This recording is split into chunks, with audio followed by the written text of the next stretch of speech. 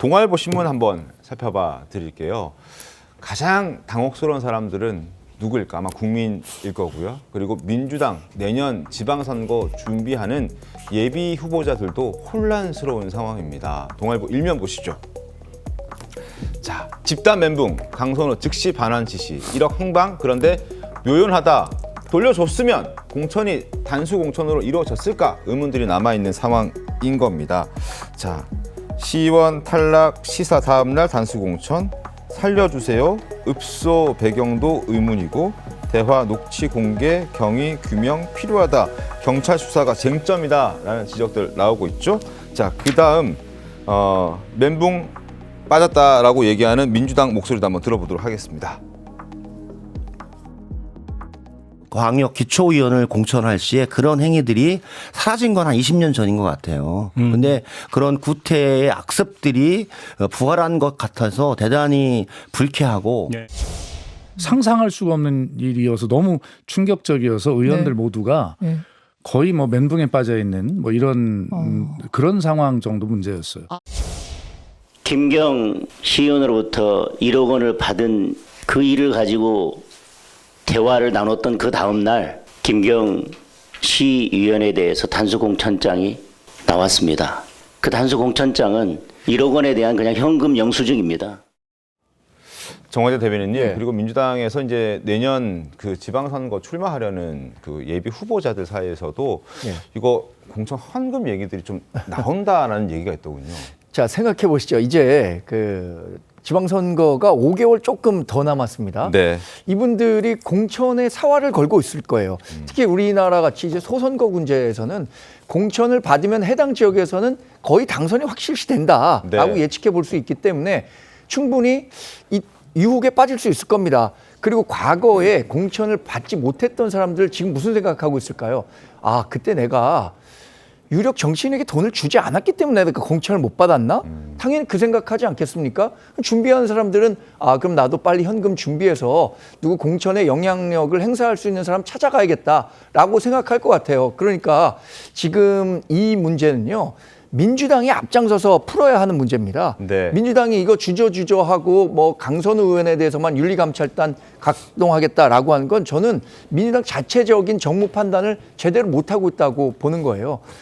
김병기 의원, 사실 뭐 나중에 얘기하겠지만 김병기 의원조차도 2022년 지방단체 선거 있었을 때 구의회 의원 후보들로부터 돈을 받았다라는 제보도 있었던 거잖아요. 그것도 무마했었던 건데. 이게 2024년 총선 때. 아, 그렇죠. 네. 이게 전반적으로 확산이 되다 보면 민주당이 그 헤어날 수 없는 수렁으로 빠져들 수밖에 없는 문제인데 굉장히 나이브하게 대응하는 걸 보고 민주당 전반에 어떤 그 자기네들끼리의 끼리끼리 문화, 그러니까 좀 더 우리들끼리의 그 부정부패와 관련해서는 좀 그 온정적인 문화 이런 것들을 확인해 볼 수 있는 것 같아서 상당히 아쉽습니다. 알겠습니다.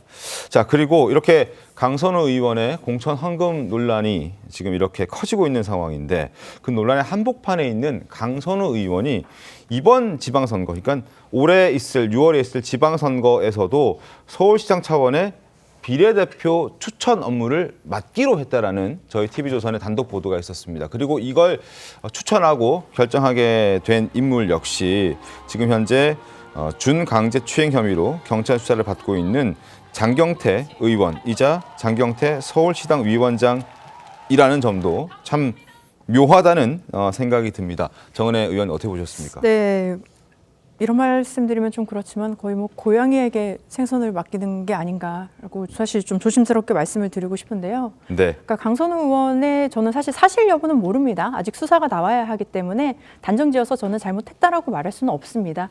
그럼에도 불구하고 관련된 녹취가 나오고 있고 진술이 나오고 있는 상황에서는 본인이 스스로 저는 그걸 처음부터 맡지 말았어야 됐다고 생각을 하고요. 만약에 맡았다고 하더라도 지금 이 논란이 일어난 시기에 바로 스탑했어야 됐는데 지금 그렇지 못하는 것 같아서 너무 좀 아쉬운 마음이 있습니다. 사실 저는 오늘 또 새해 첫날이잖아요. 네. 2026년 1월 1일 첫날인데 사실 지금 이 순간에 이런 주제를 가지고 논의를 하고 있다는 것 자체도 굉장히 국민 여러분들 보기에도 좀 부끄러운 마음이 있습니다. 알겠습니다. 물론 이런 결정이 아직 최종 확정된 것은 아니라고 합니다. 그리고 이런 논의가 있던 시점에는 공천 헌금 의혹의 보도는 나오지 않았습니다. 물론 그러나 여가부 장관 후보자였을 때 갑질 의혹은 불거졌던 상황이어서 그럼에도 불구하고 이렇게 추천하는 게 맞느냐는 지적은 나오고 있는 상황입니다. 과연 민주당이 어떤 선택을 할까요? 지켜보도록 하겠습니다. 자, 그리고 국민의힘에서는 전선을 지금 넓히고 있습니다. 2022년 지방선거뿐만 아니라 지난 총선, 2024년의 총선 때도 문제가 있었다라는 지적들을 하고 있습니다. 왜냐? 당시에 공관위 간사였던 김병기 의원이 지난 총선 때는 공관위 검증위원장이었던 겁니다. 자, 김희정 국민의힘 목소리 한번 들어보고 이야기 이어가겠습니다. 그 중간 관계자가 돈을 받거나 한 게 아니라 네. 예, 공천심사위원 당사자가 돈을 받은 내용이 나와버린 겁니다. 심사위원들 간에 서로 대화를 나누었고 저는 총선 공천에까지 연동이 된다고 봅니다. 김병기 의원이 네네. 총선 공천 때 검증위원장을 지내셨어요. 그런데 강선우 의원 또한 단수 공천을 강서구에서 받았어요. 자, 이 내용입니다. 조선일보 이면 기사 보여드립니다. 화면 이렇게 보시죠. 이수진 전 민주당 의원이 2년 전 얘기한 내용인데 이게 새삼 다시 재조명되고 있습니다. 김병기 의원도 공천 관련 돈 받았다가 컷오프 되자 6개월 후에 돌려줬다라는 의혹을 2년 전 제기했습니다. 그런데 그때는 묻혔다가 지금 강선우 의원의 공천 헌금 1억 원 수수 의혹이 나오자 다시 재조명되고 있는 겁니다. 그래서 민주당에서 공천 헌금 파문이 계속 커지고 있는 상황입니다. 자, 당시 의혹을 제기했던 이수진 전 의원 목소리도 바로 확인시켜 드리겠습니다. 타당하지 않은 이유로 탈락한 분들이 계셨어요. 컷오프된. 컷오프 시킨 분은 정작 이런 비리가 있습니다 하면서 이제 증거를 갖고 왔어요. 네. 그거를 당대표실로 보냈죠. 근데 그게 당대표실에서 윤리감찰단으로 갔다가 다시 검증위로 갔어요. 돈을 줬었다. 물론 6개월 후인가 돌려받았지만 돈을 줬다. 예, 그 양반 국회의원일 거 아니에요. 동작갑에. 근데 지금 그분이 또 공관위 간사잖아. 네. 자, 이수진 전 의원의 주장을 한번 정리해 드리겠습니다. 화면 보시죠.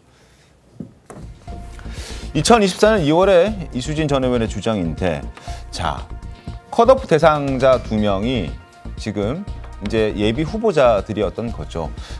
김병기 당시 검증위원회 위원장에게 돈을 줬다는 겁니다. 검증위원회 측에 돈을 줬다가 컷오프 후에 반환됐다라는 진술을 이 컷오프 당한 사람들 2명에게 진술서를 받은 겁니다. 그리고 이걸 당 대표실에 보고했고 당 대표실에서는 윤리감찰단으로 보냈고 윤리감찰단에서 검증위원회로 보냈는데 당시에 검증위원장이 김병기 의원이었다는 겁니다. 그래서 묻혔다. 그리고 본인은 고발당했다. 이런 주장을 하는 거거든요. 정상 위원 어떻게 보셨습니까?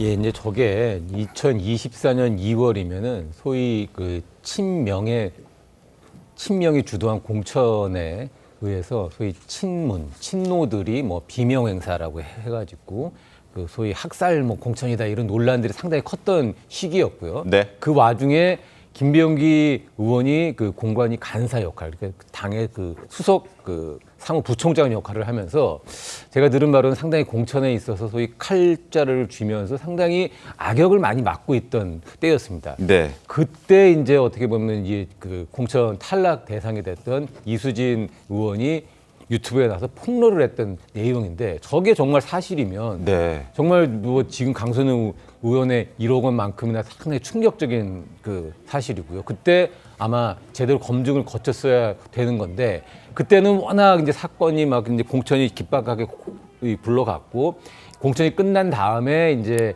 이수진 의원에 대한 고소고발 방침을 이제 김병기 의원 쪽에서 철회를 하면서 저 이야기는 그냥 묻혀 들어갔었는데 이제 생각해 보니 네. 그때 강선우 의원이 1억 원을 받고 뭐 했다라는 얘기가 있었고 그렇다면 김병기 의원도 돈을 받았다가 돌려줬다는 것도 혹시 지금 시점에서 봤을 때는 재검증해봐야 되는 거 아니냐라는 이런 목소리가 나올 수밖에 없는 거거든요. 사실 이 문제에 대해서도 그냥 이제 다 끝난 사안이다. 뭐 과거의 일이고 뭐 혐의 없음으로 드러났다. 이런 문제가 아니라 김병기 의원이 이 부분에 대해서도 뭔가 본인의 해명, 그래 사실 뭐 해명에서 본받았다 얘기할 가능성은 없는 거고요. 뭔가 이 당 차원에서의 감찰을 뭐 이런 차원이 아니고 정말 좀 전면적인 수사가 좀 필요한 사안인 것 같습니다. 그리고 정말 중요한 사안은 뭐냐면 결국 김병기 의원에서 시작된 이 사안이 당으로 계속 번지고 있는 거는 뭔가 이 2024년 총선 당시에 김병기 의원이 공천 때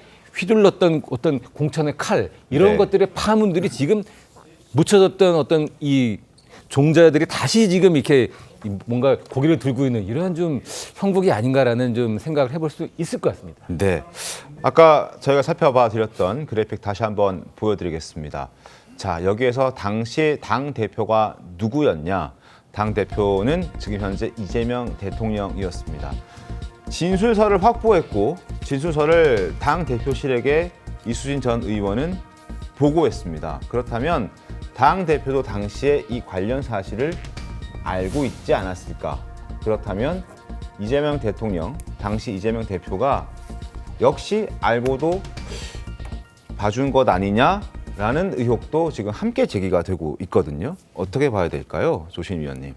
우선 그 당시 이제 이수진 전 의원이 공천 탈락, 공천 배제 그 네. 상황에서 굉장히 기강된 상황에서 아마 뭐 지역 내 뭐 정치하시는 분들 여러 가지 무슨 소문들 내지 뭐 사실관계 확인되지 않은 그런 내용들을 가지고 그 의혹을 제기했던 것 같아요. 근데 당에서 그 당시 체크를 해보니까 그거는 뭐 사실무근이다 이렇게 해서 결론이 난 사안 같고 또 제가 하는 말씀도 보태자면은 그 아까 이제 민주당 내 그 올해 지방선거에 출마할 분들이 뭐 공천헌금 이런 거에 대해서 수랑설레가 있다 그러는데 정청래 당대표가 올해 6월 3일 있을 지방선거에 대해서는 예외 없는 경선 원칙을 천명을 했습니다. 네. 그래서 사실 구조적으로 그런 부분에 대해서는 걱정하실 필요가 없다는 말씀드리고 아까 우리 김병기 의원이나 지금 강선호 의원이 지금 겪고 있는 이 공천 관련 이 파장이라는 게 사실 엎질러진 물 같은 상황이라서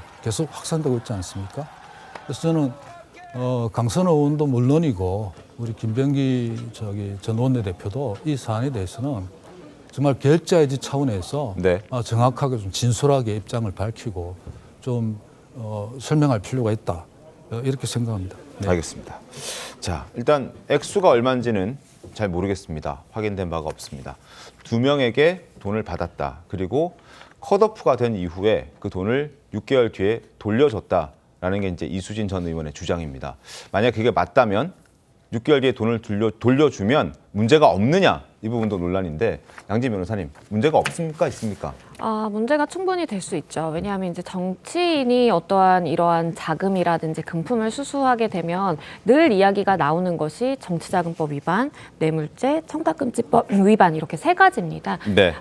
근데 이제 가장 형량이 높은 것은 이제 뇌물죄이기 때문에 그리고 액수에 따라서 특가법 적용이 가능하기 때문에 이제 뇌물죄가 늘 이제 논란이 되는 것인데 뇌물죄 관련해서는 이미 정치인들이 뇌물을 수수했다가 확립된 판례들이 굉장히 많습니다. 그래서 직무 관련성도 일반적으로 입증이 굉장히 어렵기 때문에 판례가 포괄적으로 보는 시각이 있기는 하지만 명확하게 공천 관련된 부분에 대해서는 직무 관련성이 인정이 된다라고 2018년에 나왔던 이제 판례도 있고 네. 그리고 내가 받았지만 며칠이 지나서 돌려줬다라고 하는 경우에도 이미 받았을 때 죄의 기수가 이루어졌다. 그러니까 죄가 이미 성립하는 데는 문제가 없고 다만 돌려줬다라는 것은 양형에 참작할 요소다라는 확립된 판례도 있기 때문에 네. 6개월이라는 시간이 지나서 돌려줬다. 그래서 없던 일이다라는 주장은 사실 법적으로는 납득되기 힘든 주장입니다.